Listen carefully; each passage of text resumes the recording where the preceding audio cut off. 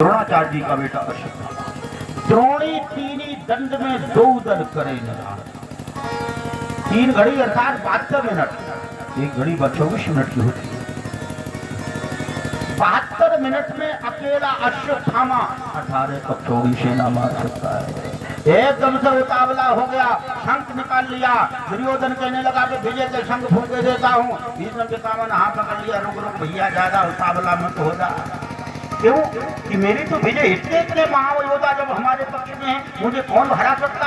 उसमें भी उधर भी तो देखो, उधर थोड़े हैं तो क्या हुआ, उधर भी कोई महान योद्धा है क्या? हाँ, कौन है?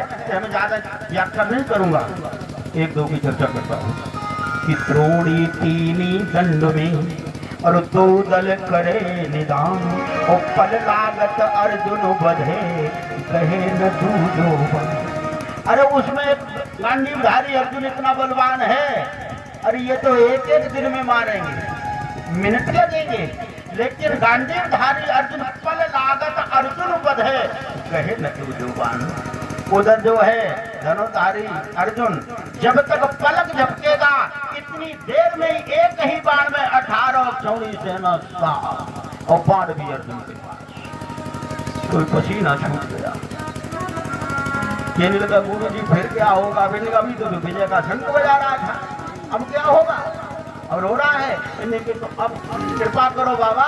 तो पितामह भीष्म कहने लगे कि तेरी सांत्वना के लिए अधिक तो मैं नहीं कर सकता, लेकिन इतना मुझे मालूम है, विजय कहाँ होगी? धर्म की विजय होगी। लेकिन मैं 10,000 सैनिकों को नित्य जो युद्ध में पराजित करूंगा। आगे क्या होगा ये भविष्य की तरफ है।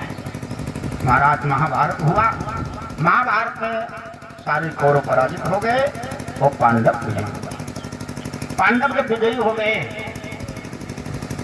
ये जो था मरणासन अवस्था में पड़ा हुआ था दुर्योधन, इसकी भीम ने गदा से जंघाओं को तोड़ दिया था, विधि पड़ी थी, करा रहा था दर्द से पीड़ा से। उसी समय गुरु द्रोणाचार्य जी का बेटा अश्वत्थामा, इसकी बड़ी मित्रता थी। इसने कहा कि आज मेरे मित्र पर संकट है, ये न मित्र संग होई दुखारू के नहीं पातक भारी। चलो चलते हैं। अश्वत्थामा गया, कहने लगा मित्र आपकी ये दशा देखी नहीं जाती है, क्या मैं आपकी सेवा करूं? कहने लगा तुम क्या सेवा करोगे? देखो मेरे मन में राज्य की तो कामना थी, अब है नहीं, क्यों हमने राज्य भी कर लिया।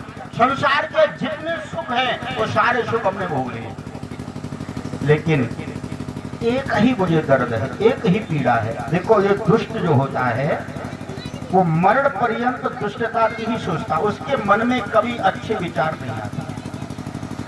अरे जो जीवन में पचाया, जो चबाया है, डकार उसी की तो आएगी। आपके अंदर जैसे विचार होंगे वैसी ही तो भाषा होगी, और वैसा ही आपका आचरण होगा। विचारों मन में जो विचार है